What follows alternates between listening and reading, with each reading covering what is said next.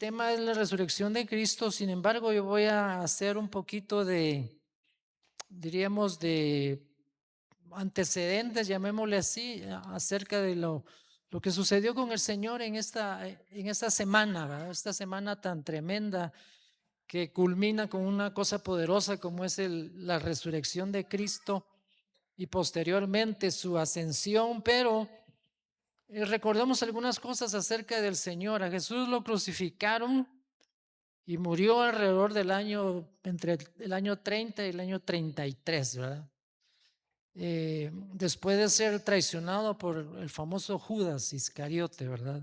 Judas es un personaje que no muy querido realmente, ¿verdad? Porque una persona como él, eh, diríamos nosotros, no merece ser apreciado, no merece ser amado ni nada, mucho menos extrañado, ¿verdad? Sin embargo, usted y yo conocemos la historia un poco de Judas, ¿verdad? De su tiempo con Jesús. Él de alguna manera fue atraído hacia Jesús, tal vez por su ministerio, por los milagros, por lo que él estaba causando en el medio ambiente. Y se acercó también a Jesús como se acercaron otros. Algunos Jesús los buscó específicamente a la orilla del lago de Genezaret, como a Pedro, como a su hermano. A otros los encontró en otros lugares y los llamó, como a Juan, etcétera, de los 12 que conocemos. Primero de todo aparece Judas como una figura que uno no la entiende mucho, un personaje que digamos no es siniestro, ¿eh? Sino que es como un ser humano normal, un ser humano común y corriente que se acercó también a Jesús como otros buscando algo para su vida y llegó a estar tan cercano, digámoslo así, que el Señor le dio la llave de la caja fuerte, ¿verdad? A él le asignó Jesús que él se encargara de administrar el recurso económico que ellos poco a poco fueron haciendo, ¿verdad? Porque recuérdase que Jesús pues, no andaba con una mochila ahí o con un maletín con un montón de moneda de la época, ¿va? Lleno de dracmas o lleno de otros tipos de monedas, sino que él era relativamente sencillo, ¿verdad? Y todo lo que fueron recaudando, pues Judas era el encargado de manejarlo y esa era su función, ¿va? Tesorero, tesorero del grupo cuando este ya estaba conformado. Entonces este Judas traicionó a Jesús. No conocemos ya realmente con mucha profundidad el tema, aunque sí sabemos que una parte de la Biblia dice que Satanás se manifestó de alguna manera para manipular el corazón, la mente, los sentimientos, emociones de Judas, ¿verdad? Al punto de que él eh, por 30 piezas de plata está dispuesto a entregar al maestro, ¿verdad? Y aunque después sabemos que se arrepiente y se ahorca y todo lo que usted quiera, y bueno, antes compró su terrenito, ¿verdad? Como hacen la mayoría de gente, ¿verdad? A empezar a acumular riqueza. Entonces, pero no, a la larga Judas no soportó lo que había sucedido y lo entregó, se lo entregó a los sacerdotes, al Sanedrín. Usted sabe que el Sanedrín estaba compuesto principalmente por los saduceos, que era un grupo religioso, ¿verdad? Del área de los sacerdotes. Y por otro lado estaban los fariseos, que también era un grupo muy fuerte en esa época, que eran los que se encargaban más o menos de enseñar lo que era el tema de la ley, de las escrituras, y en eso eran expertos, ¿verdad? Ellos andaban con una lupa así en la mano, una lupa gigante, viendo qué hacía cada uno de los judíos, ¿verdad? Para ver en qué metían la pata y señalarlos, ¿verdad? Dice que ellos diezmaban el comino, la menta, o sea, todas las hortalizas, o sea, eran pero súper meticulosos. Pero en cosas importantes de la ley, como amar al prójimo, como honrar a la gente, como cuidar a las viudas, como no robarle a su propia familia, ellos eso lo pasaban por alto, ¿ah? Porque ellos estaban involucrados en ese tipo de cosas. Entonces, el Sanedrín era un lugar sumamente con conflictivo por un lado y complicado por otro. Pero Judas se los entregó a estos saduceos, escribas, y eh, acusan al Señor de blasfemia. Eso prácticamente fue lo que desde el punto de vista religioso condenó a Jesús, que él haya dicho que él era Dios. Y en uno de los momentos en que Jesús es juzgado, el sumo sacerdote de la época obliga a Jesús a que él confiese que él es el Hijo de Dios. Entonces Jesús obviamente no iba a negar eso, ¿verdad? Pero le preguntan, ¿eres tú el Hijo de Dios? Y dice, yo soy. Y esa palabra fue lo que condenó a Jesús desde el punto de vista religioso. Ahora, desde el punto de vista legal, digámoslo así, es el hecho de que Jesús también dijo que él era rey. Y dijo, yo para esto he nacido, dijo Jesús. Entonces, políticamente hablando, tampoco le convenía a los romanos tener a alguien que se estaba haciendo llamar rey, ¿verdad? Entonces, esos dos cargos, por un lado uno político y el otro religioso, fueron los que llevaron a Jesús a la cruz. Sin embargo, eso no sucedió, hermanos, así por así, ¿verdad? Porque detrás de todas estas circunstancias está la mano de Dios, los planes y los propósitos de Dios.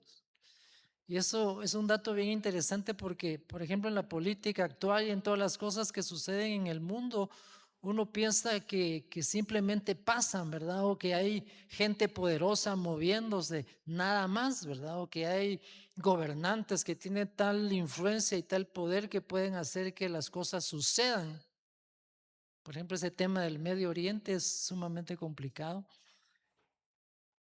Y al final de todo, hermano, por ese rumbo, por esa región es que se van a dar las cosas finales para este planeta, para esta humanidad. Pero en medio de todo, Dios, el Señor de todo, hermano, tiene control de las cosas, ¿verdad? Y él sabe hasta dónde permite que las cosas sucedan. ¿Por qué el Padre no defendió al Hijo? ¿Ah? Ese sería un pensamiento que de repente eso nos ocurre. Y bueno, ¿y por qué el Padre no vino y libró a Jesús? ¿Por qué permitió que pasaran todas esas cosas? ¿Por qué no lo salvó? ¿Por qué no le impidió que lo insultaran, que lo golpearan, que le dieran con látigo, que le hicieran pedazo la espalda, que lo abofetearan, que lo escupieran? ¿Por qué el Padre permitió todo eso? ¿Y por qué le dio potestad a los hombres para hacer eso sobre la vida de su Hijo? ¿Verdad? Esos son detalles muy importantes, hermano, pero Dios es el que tiene el poder, la autoridad, y Él, el Señor, permitió que pasaran todas estas cosas porque detrás de esos acontecimientos venía algo tan poderoso como el tema de la redención, ¿verdad? Si Jesús no pasa por estas circunstancias tan complicadas, hermanos, ni usted ni yo pudiéramos gozar de nada de las cosas que Dios tiene para nosotros. La crucifixión del Señor fue a las 9 de la mañana y el Señor estuvo sobre la cruz aproximadamente 6 horas, imagínense. El Señor colgado en esa cruz con todo el dolor que implicaba, con todas las hemorragias que tenían a causa de los azotes que recibió por los soldados romanos, aparte del sol, aparte de que es un país sumamente caliente, la deshidratación, todas esas cosas, hermanos.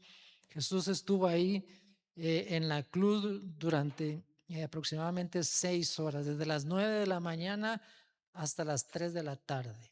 Ahí sí que él sufrió y derramó lo último de su vida ahí, hermanos. A las 9 de la mañana, en algunas Biblias dice la hora tercera, ¿verdad? Que esa es la manera como los judíos medían el tiempo, la hora tercia, la hora sexta, la hora nona. Esa era la manera como ellos lo medían, pero en la actualidad eso implica las 9 de la mañana, la hora, ¿qué sería eso? Sexta, ¿verdad? Entonces, 6 horas en la cruz. ¿Qué más podemos ver ahí? El Señor estaba sumamente agotado, con fuerzas físicas hasta abajo, y todavía tenía que enfrentar la prueba más dura, que era el hecho de la crucifixión, pero aún así el Señor demostró amor y perdón por sus torturadores e incluso concediéndole la salvación a uno de los ladrones que estaban crucificados ahí, por pura misericordia. Y el Señor padeciendo hasta las últimas consecuencias. Y dice que cuando llegaron al lugar llamado de la calavera, dice la Biblia en Lucas 23, le crucificaron ahí y a los malhechores, a la derecha uno, a la izquierda el otro. Y Jesús dijo: Padre, perdónalos, porque no saben lo que hacen. Y luego dice: y repartieron entre sí sus vestidos y sobre su ropa echaron suertes, que esto también estaba profetizado, ¿verdad?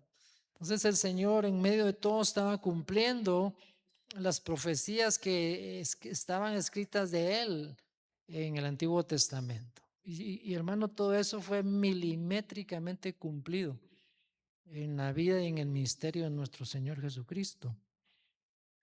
¿Qué otra cosa acá? Dice que algo sucedió durante ese tiempo de que Jesús estaba padeciendo en la cruz del Calvario. Dice que sobre la tierra cayeron tinieblas, o sea que la misma naturaleza como que empezó a reaccionar a lo que estaba pasando y a partir de, ¿qué diríamos?, de las 12 del mediodía en adelante se puso totalmente oscuro todo el ambiente. Era una cosa extraña, ¿va? Era un ambiente así como algo de miedo, ¿va, hermanos? Todo oscuro, extraño el ambiente. Y sucedieron cosas maravillosas e inexplicables durante estas horas que Jesús estuvo sobre la cruz. Desde el mediodía y hasta las 3 de la tarde hubo tinieblas sobre la tierra. El sol se oscureció. Lucas capítulo 23, versos 44 al 45.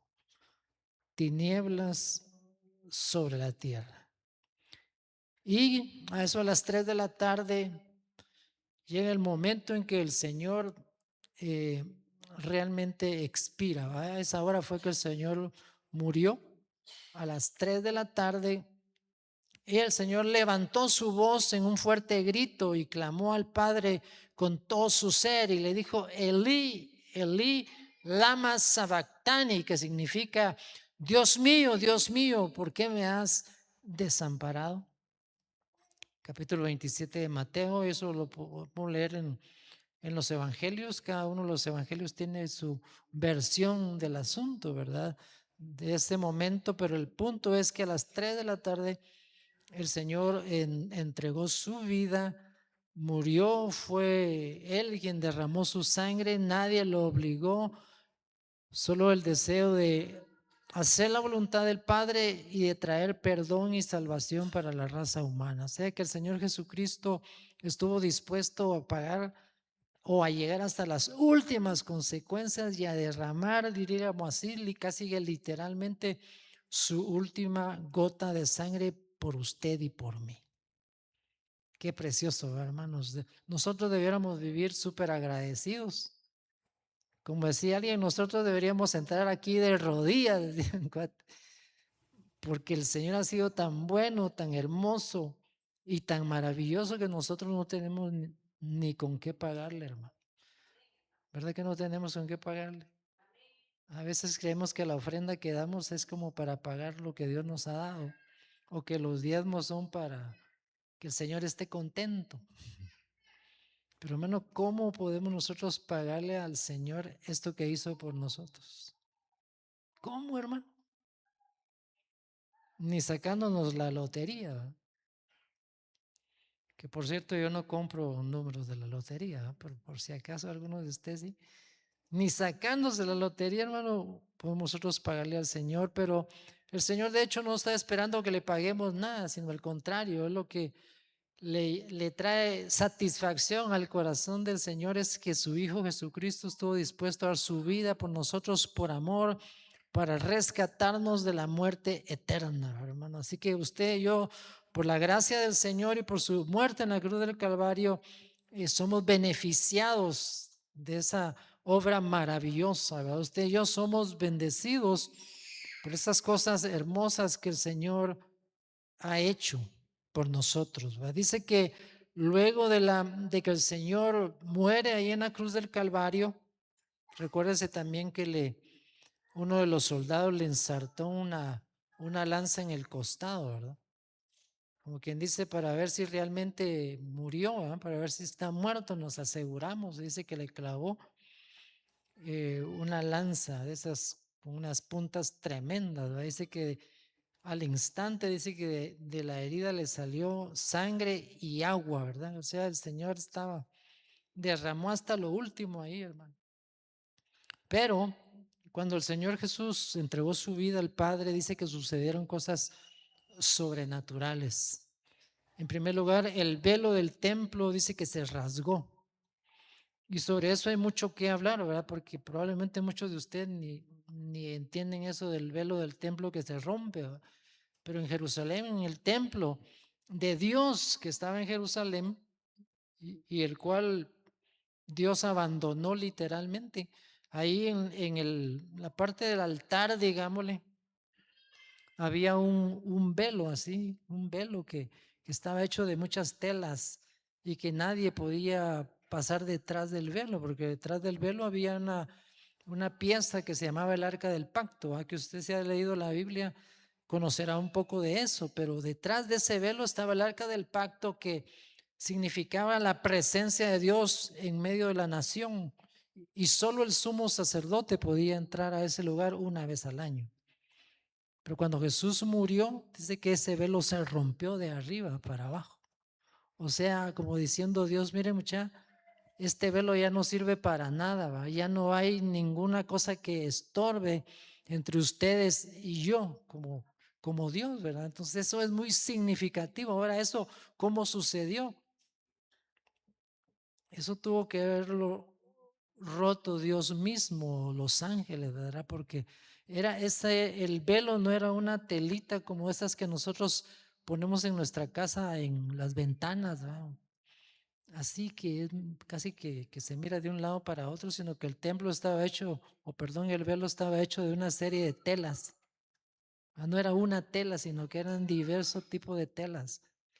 Y era una cosa que no se podía ni siquiera abrir, así como cuando uno abre una cortina. No, que será algo significativo, totalmente diseñado por Dios desde el Antiguo Testamento, desde la época de Moisés, para evitar que la gente pudiera accesar a donde estaba el arca del pacto sin llenar los requisitos, ¿verdad? Entonces, cuando el Señor entregó su vida en la cruz del Calvario y murió, ese velo se rompió, hermano, implicando que ya el camino estaba abierto para que el ser humano buscara a Dios, porque ya hubo alguien que rompió ese velo, que lo quitó y que permite que tengamos acceso delante de la presencia de Dios. Dice que también hubo terremoto, un gran terremoto que sacudió la tierra y partió las rocas. Todo esto está en los evangelios y principalmente de Mateos. Tengo estas escrituras acá. Mateo 27, todo el capítulo 27. Dice que incluso cuando Jesús murió se abrieron los sepulcros. De ahí, del cementerio de Jerusalén, se abrieron los sepulcros y muchos muertos resucitaron, hermano. Y esos son los datos que Mateo, el evangelista, nos cuenta. Y por último dice que el centurión romano, o sea, el jefe de este grupo de soldados que dirigió este acontecimiento, dice que él reconoció que Jesús era el Hijo de Dios. O sea, él quedó súper impresionado por todas las cosas que pasaron y él dijo, verdaderamente este hombre era Hijo de Dios. Esos son los testimonios, esas son las cosas que los evangelistas recogieron posteriormente y llegaron a nosotros a través de los escritos en el Nuevo Testamento, ¿verdad? Sin embargo, esas cosas también estaban profetizadas, ¿verdad, hermano? De que el Hijo de Dios iba a padecer, que la gente lo iba a tratar mal, que los líderes iban a hacer con él lo que quisieran, pero que había detrás de todo eso un propósito mucho mayor, ¿verdad? Y eso implicó la muerte del Señor. Entonces, la muerte del Señor, hermano, trae para nosotros una serie de bendiciones. Realmente, si Jesús no hubiera dado su vida, ¿qué sería de mí, hermano? ¿Qué sería de usted, verdad? O sea, probablemente no estuviéramos ni aquí, ni en el Señor, ni nada por el estilo. Andaríamos por ahí vagando como ovejas sin pastor, perdidos en el mundo. Y así nos encontró el Señor prácticamente, ¿verdad? Porque yo creo que la mayoría de nosotros antes de aceptar a Jesús, pues tenemos un trasfondo también malo, negativo, ¿verdad? Aunque yo sé que algunos no, pero la mayoría sí teníamos un trasfondo muy malo, hermano, muy de muchos pecados, de una acumulación de pecados. Y cuando venimos a Jesús encontramos perdón, ¿verdad? Su muerte, la muerte de Jesús en la cruz, que no fue accidental, sino el plan divino para nuestra redención. Por eso Juan 3:16 dice que Dios nos amó de tal manera que nos dio a su Hijo unigénito para que todo aquel que en Él cree no se pierda, mas tenga vida eterna. Detrás de todo esto, hermanos, que acabo de mencionarles de la pasión de Cristo, lo que hay es la demostración del amor de Dios. Eso es lo que hay detrás de todo esto. De tal manera amó Dios al mundo. El mundo es todos los seres humanos de todas las edades. De tal manera nos amó el Señor que nos dio a su Hijo unigénito, Jesucristo, el Hijo de Dios, para que todo aquel que en Él cree, o sea, hay que ejercer fe, ¿verdad, hermano? No es solo de conocer la historia, no es solo de saber lo que pasó, no es solo de decir, ala, pobrecito Jesús, cómo sufrió, ¿verdad? Sino que nosotros debemos ejercer fe en ese sacrificio que Él realizó en la cruz del Calvario, porque todo aquel que cree no se va a perder, o sea, tendrá salvación eterna para su alma, para su vida, tendrá parte en la resurrección. Todo aquel que cree no se perderá, sino que tendrá vida eterna, porque detrás de todo este asunto, hermano, el interés de Dios es que vivamos, tengamos una vida eterna. Y eso es una cosa extraordinaria, hermano, porque lo que quiere decir esto es que Dios, cuando diseñó al ser humano, no lo crió para que se muriera, no nos crió para que viviéramos, ¿qué? 40, 50, 60, 70 años, sino que el Señor nos crió para vida eterna, ¿verdad? O sea, usted y yo fuimos diseñados para una vida eterna, hermano. Y uno dice, ay Dios, y yo apenas ya a los 40 ya me duele, ay, que me duele la cintura, ay, que mis rodillas. Yo que ya tengo más de 50, pues ya me empiezan a doler algunas piezas. Antes no me dolía casi nada, pero ahora sí me duelen algunas partes. Pero mire, hermano, eso es producto del pecado en realidad. El hecho de que el hombre muera es producto de la caída, ¿verdad? Pero Jesús vino para romper esto y para darnos vida eterna, de manera que, hermano, aunque nosotros muramos antes de que sea la segunda venida de Cristo, ya nosotros ya solo estamos esperando que el Señor venga para que Él nos transforme a su propia imagen y a su propia semejanza, porque esa es la esperanza de los hijos de Dios, ¿verdad, hermano? Yo no espero, aunque me muera, yo no espero quedarme en la tumba. Y si no me muero y estoy vivo cuando Cristo venga, yo lo que espero es ser transformado. Así como dice Pablo en Tesalonicenses, ¿verdad? A la final trompeta, en un abrir y cerrar de ojos. Los muertos en Cristo resucitan primero, luego los que estamos vivos seremos transformados para recibir al Señor en el aire, ¿verdad? Imagínense, esa es la esperanza de los cristianos, hermano. Yo no sé cuántos de los que estamos acá estaremos vivos para la segunda venida de Cristo, pero aunque hayamos muerto, hermano, dice que el Señor nos va a sacar de la tumba, hermano. Yo no sé si vamos a salir como en esos cuadros que han pintado algunos, va que se mira que salen así como van en el aire y Jesús está ahí y todos pura lica, hermano. Y eso es lo que los artistas han interpretado, lo que dice la palabra de Dios. O sea que nosotros estamos diseñados, hermano, para eso ya. Cuando el Señor venga, si nosotros estamos en la tumba, en cualquier cementerio donde estemos, Incluso si nos incineraron, hermanos, cuando el Señor venga y suene la final trompeta, en donde estén nuestras cenizas, de ahí el Señor nos levanta, hermanos. Aleluya, cuerpo glorificado.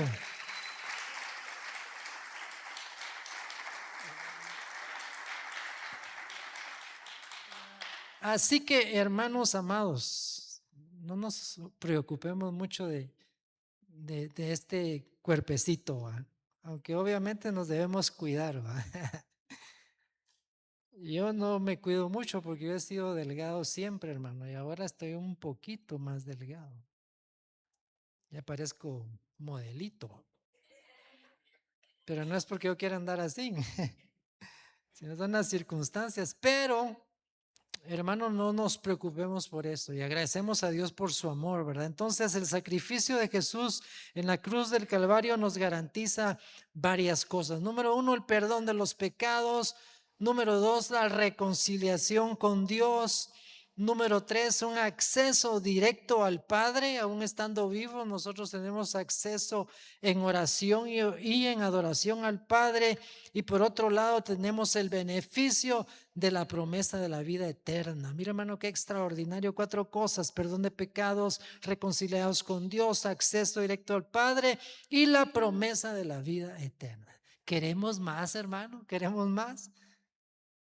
Yo sí, hermano, yo quiero todo lo que no esté ahí.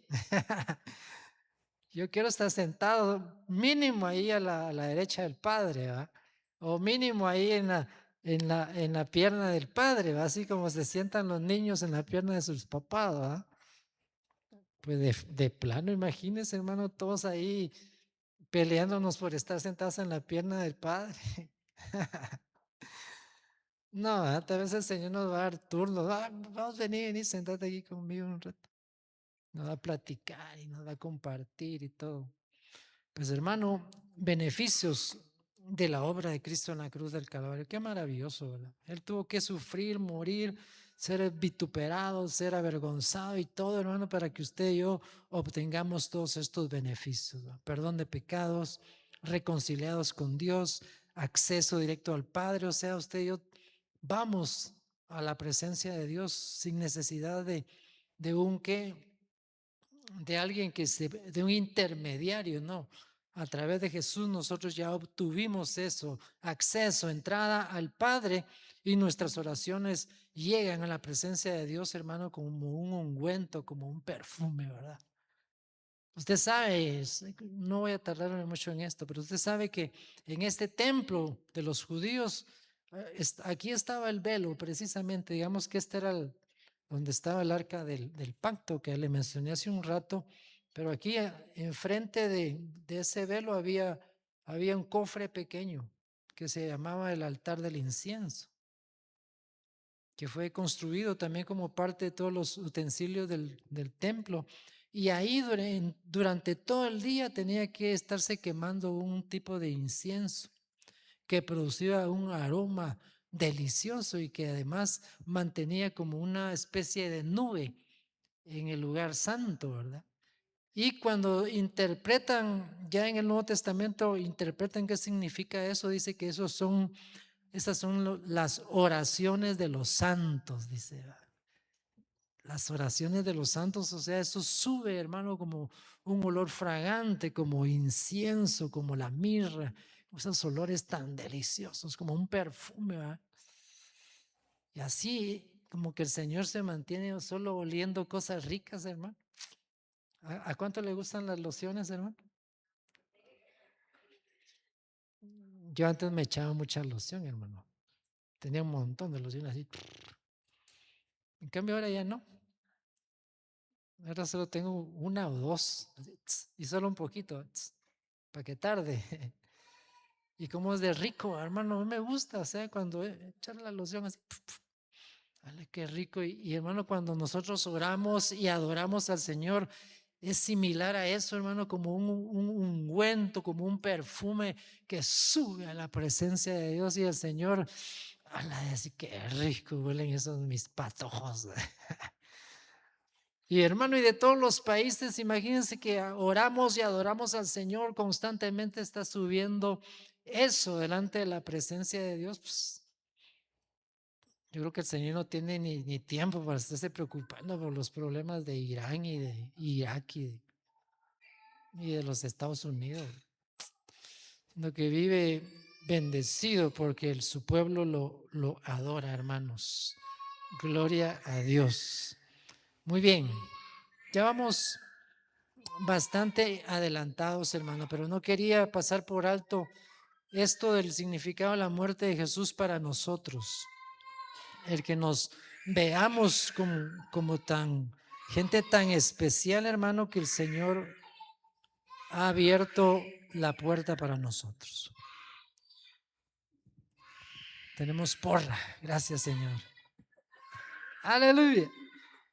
Hermanos, pero algo maravilloso que nosotros debemos, hermano, tener muy presentes y cabal hoy en este día, se celebra en el mundo la resurrección del Señor, la resurrección de Cristo, porque Él no se quedó en la tumba, hermano. O sea, cuando hablamos de todos estos beneficios, sí provocaron y llevaron al Señor al punto de dar su vida por nosotros, en rescate por nosotros.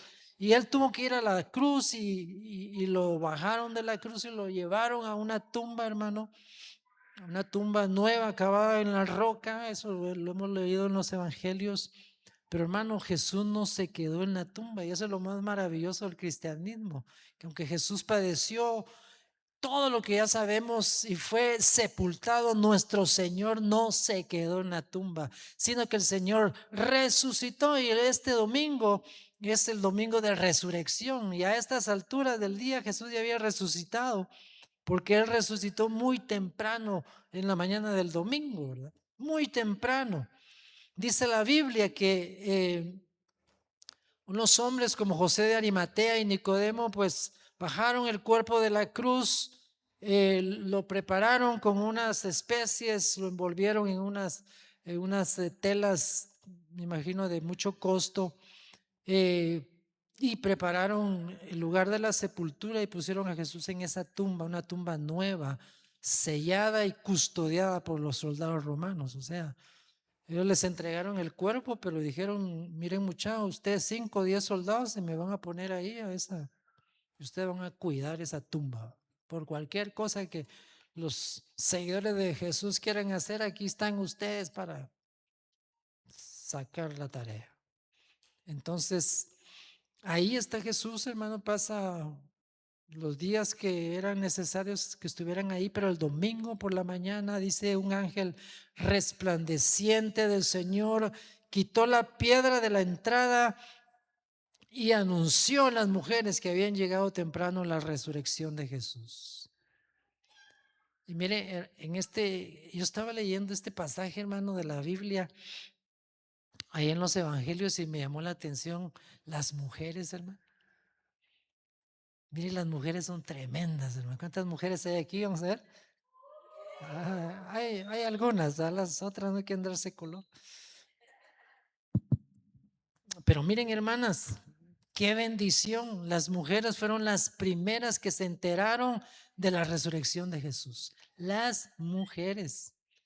Es cierto, llegó María Magdalena, iba con algunas otras mujeres ahí, pero como la María era súper aventada, fue rapidito, se quiso meter a la tumba y resulta que el Señor ya no estaba. El Señor ya no estaba ahí en la tumba, ya había resucitado. Las mujeres fueron las primeras en recibir la noticia de la resurrección.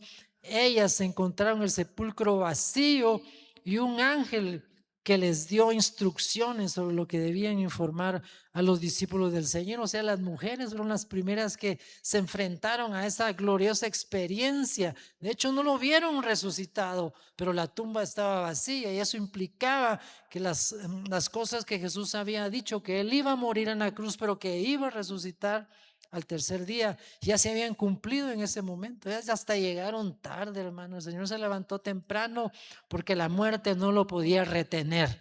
Amén, gloria al Señor. No podía. Entonces las mujeres hermanas, ustedes deben sentirse dichosas, bienaventuradas, porque Dios se las hizo a ustedes de una manera especial. Ustedes son las primeras que se enteran de todo. Pero eso es bueno porque siempre tienen algo que decir, algo que contar. Y si es de Jesús, mejor, ¿verdad, hermanas? Si es de Jesús, más maravilloso. Si es de que Jesús vive, es lo más hermoso que puede salir de sus labios. Entonces, estas mujeres gozosas, ahí aparece de nuevo María Magdalena, a ella Jesús se le aparece, luego a los discípulos y a muchos otros, demostrando la realidad de su resurrección, incluso aquellos que dudaban, como Tomás. Recuérdase usted que Tomás era uno de los que en las primeras apariciones de Jesús a sus discípulos, él no estuvo presente.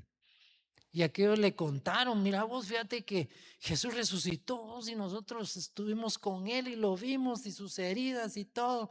Y él dice, miren mucha, disculpen, pero si yo no miro, si yo no miro las heridas en las manos del Señor y si no meto mi dedo en el costado, yo no voy a creer mucha. Disculpen, pero yo así, si no miro, no creo. Pero el Señor sí estaba consciente de eso, hermano.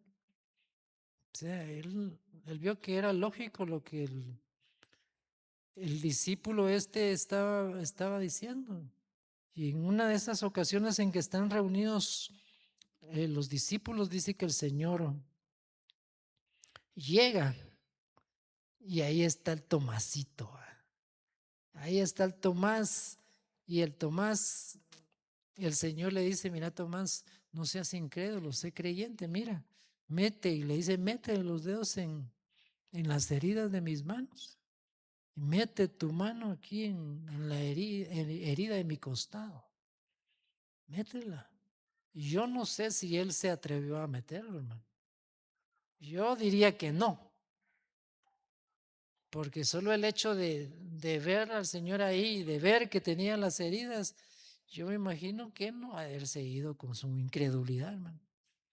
Pero suponiendo que él dijo, pues, solo, yo solo si toco, voy a creer.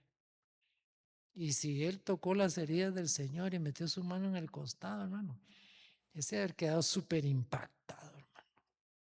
Ese no podía echar vuelta atrás, ese no podía decir Jesús no resucitó. Y ese no tenía, hermano, nada, ningún tipo de objeciones. Tomás, el famoso Tomás, eh, Jesús no se quedó en la tumba, hermanos. Eso no fue el final de la historia. Tal como había sido profetizado. En el Salmo 16, 10 dice, y no permitirás que tu santo vea corrupción. Profetizado, hermano, en el libro de los Salmos, hace cuántos años antes de que Jesús viniera. No permitirás que tu santo vea corrupción. O sea, el Señor no podía quedarse en la tumba. La otra prueba de la resurrección de Jesús fue, hermano, la historia de Jonás. ¿Cuántos han leído la historia de Jonás? Jesús lo dijo, porque así como Jonás estuvo en el vientre del pez por 3 días y por 3 noches, así el Hijo del Hombre permanecerá 3 días y 3 noches sepultado, mas al tercer día resucitará. O sea, eso estaba profetizado, hermano. No era una cosa que los discípulos se sacaron de la manga y se lo inventaron ahí. Todo eso estaba diseñado, hermano, por la voluntad maravillosa de nuestro Señor. La muerte no pudo retener a Jesús, la muerte no acabó con él. 3 días después Jesús resucitó, venciendo la muerte y garantizando, mire hermano, esos beneficios de Dios, venciendo la muerte y garantizando la vida eterna para todos los que creen que en Él. Y es gracias a la victoria de Jesús sobre la muerte que nosotros, los que creemos en Él, también gozaremos de la vida eterna con Él. Gloria a Dios. Lo cierto es, hermanos, es que eh, lo cierto es que Cristo ha sido levantado entre los muertos, como primicias de los que murieron. De hecho, ya que la muerte vino por medio de un hombre y también por medio de un hombre vino la resurrección de los muertos. Pues así como en Adán todos mueren, también en Cristo todos volverán a vivir. Aleluya.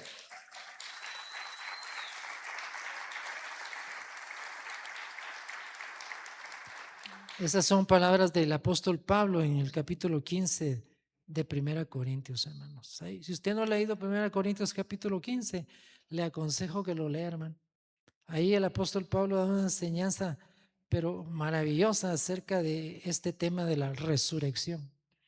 Y ahí él dice, miren, el Señor se le apareció a Pedro, se le apareció a los 12, se le apareció una gran multitud y de último se me apareció a mí, cuando Pablo tuvo la experiencia de su conversión, ¿verdad? Y dice que se le apareció a un grupo como de 500 personas juntos. O sea que para el tema de la resurrección, hermano, no hay objeciones. Bíblicamente hablando, están todas las pruebas de que Jesús resucitó de entre los muertos, hermano. Y ahora miremos unos aspectos ya para ir terminando, hermano. Por ejemplo, miremos el, el significado teológico de la resurrección de Jesús. La resurrección confirma que Jesús es el Mesías y el Hijo de Dios, cumpliendo las profecías sobre su muerte y su regreso de la muerte. Otro punto. El Señor derrotó la muerte. Al resucitar, Jesús rompió el poderío del pecado y de la muerte. Le quitó a Satanás, hermano, las llaves y el dominio que tenía, garantizando el perdón y la justificación para los creyentes. Otra cosa súper importante, hermano, que debe bendecirnos es que esto es un hecho histórico, tiene autenticidad histórico. Se considera un hecho histórico sólido, mencionado múltiples veces en la Biblia y sustentado por los relatos de todas las apariciones de Jesús. Y esto, hermano, nos debe traer esperanza a cada uno de nosotros y renovación.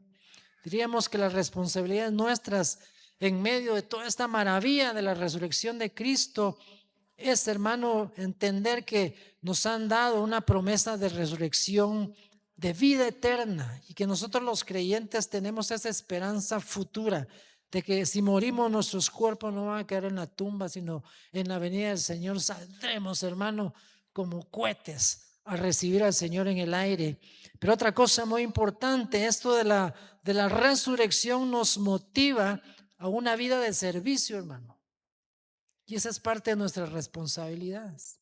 El hecho de servir al Señor, de que esto que el Señor ha hecho por nosotros nos lleve a una vida de servicio. Y hermano, el servicio, y pues lo digo con confianza, pero con un poco de pena también. Porque a veces nosotros pensamos que el servicio es solamente lo que hacemos acá. Y cuando hablamos de que el Señor nos pide que sirvamos y nos llama a que sirvamos, nosotros limitamos nuestro servicio a hacer cosas dentro de nuestra iglesia. O sea, si es sugiere, si está en cámaras o si predica, como en este caso, etcétera. Pero hermano, el servicio al que Dios nos ha llamado no es solo aquí. Porque tantas necesidades que hay en el mundo con nuestros vecinos, con los pobres, con los huérfanos, con los viejitos, hermanos. La necesidad de llevar este mensaje de salvación al mundo. Esas son responsabilidades, hermano, porque nosotros tenemos realmente en nuestra boca un mensaje que puede traer cambio y que puede traer transformación al mundo. O sea, no debiéramos callarnos, hermano, no debiéramos avergonzarnos del Evangelio de Jesús, sino que al contrario, nuestra responsabilidad es ser luz, es ser sal en todo lugar donde estemos, hermanos. No podemos ocultar esa luz. Dice que no podemos ponerle a esa luz algo que la tape, sino que al contrario, esa luz debe ser puesta en alto. Responsabilidad suya y mía es compartir el Evangelio de Jesús a otras personas, hermano, y tener una vida en la que se vean cambios, en las que se vea transformación en nosotros, que obviamente no hemos alcanzado la perfección, ¿verdad? No la hemos alcanzado, por supuesto que no, hermano. Ni aún teniendo al Señor en nuestro corazón la hemos alcanzado porque todavía estamos acá con este cuerpo que nos limite tanto, pero hemos sido llamados a cambiar, hermano, a tener cambios poderosos, trascendentales, que impacten la vida de otras personas y que la gente pueda decir, de veras que este cuate cambió, ¿va? De veras que cuando se acercó a Jesucristo su vida fue transformada. De veras que o esta mujer realmente cambió. De hecho, cuando se convirtió a Jesús es una nueva mujer, es diferente. Ya no le pega al marido. Ay, como son tan pilas, ¿no? Y en esta época. Pero no, transformación, cambios. Hermano, Dios nos ha dado esa bendición de ser nuevas criaturas, de modo que si alguno está en Cristo, ¿qué pasa? Nueva criatura es. Las cosas viejas pasaron y aquí todas son hechas nuevas y todo esto proviene de Dios. No es, hermano, que nos lo sacamos de la manga o que nos sacamos de la bolsa, del saco, del sombrero del mago. No, hermano, esto es todo un poder de Dios en acción. Y esta esperanza y esta renovación trae fe, trae cambios positivos en nuestra vida y también en el mundo, hermano. Porque lo único que realmente puede transformar el mundo es la redención en Cristo Jesús, ¿verdad? Yo sé, hermano, que el mundo, la gente hacen muchas cosas por tratar de cambiar las circunstancias, pero hermano, lamentablemente les decimos que no lo van a lograr.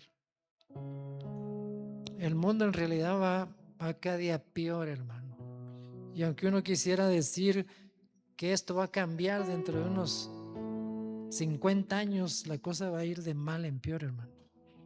Entonces la iglesia tiene que reconocer su función de proclamar el evangelio, hermanos, de mostrarle al mundo con nuestras propias vidas que hay poder en Jesús.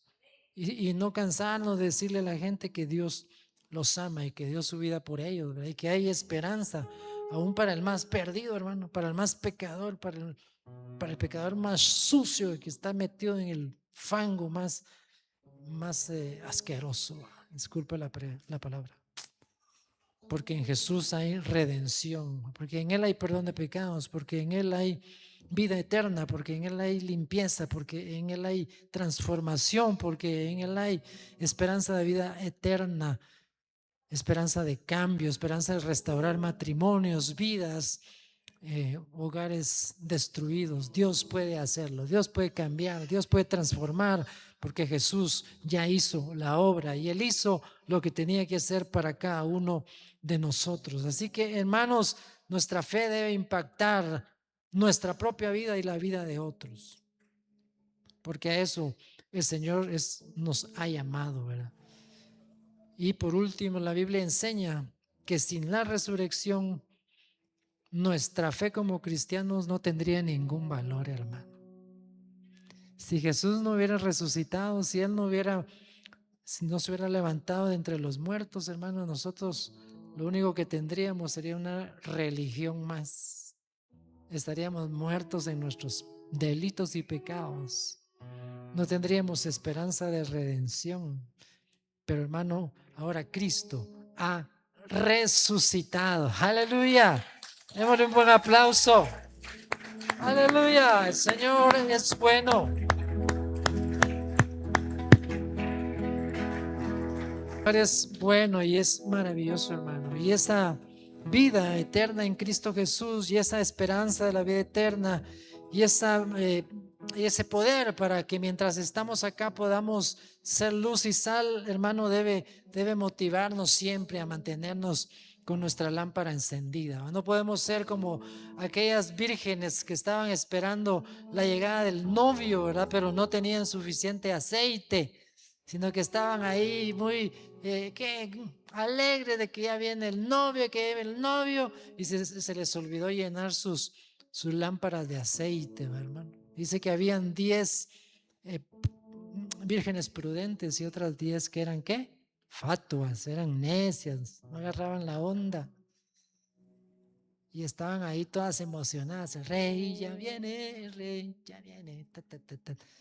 Así como muchos de nosotros, ¿verdad? El rey ya viene, Jesús ya viene, ya la segunda venida de Cristo. Y somos pueblo de Dios. Pero dice que esas vírgenes a cierta hora se les empezó a apagar la llamita de su lámpara, al punto de que las lámparas de las 10 se apagaron totalmente. No tenían aceite. Y habían otras 10 que sus lámparas todavía estaban encendidas, hermanos. Y van y le dicen, mucha, denos de su aceite, porque nuestras lámparas se apagaron. Ya lo siento, mucha, pero esto es personal. Esto de la redención, esto de la esperada de Cristo y del novio, eso es personal. Así que mejor vayan a ver si todavía tienen chance de que les vendan. A ver si todavía hay oportunidad. Entonces, lámparas encendidas, hermanos, para la segunda venida de nuestro Señor Jesucristo. Dicen amén todavía, ¿verdad, hermanos? Gloria a Dios. Jesús no se quedó en la tumba, la muerte no lo pudo retener.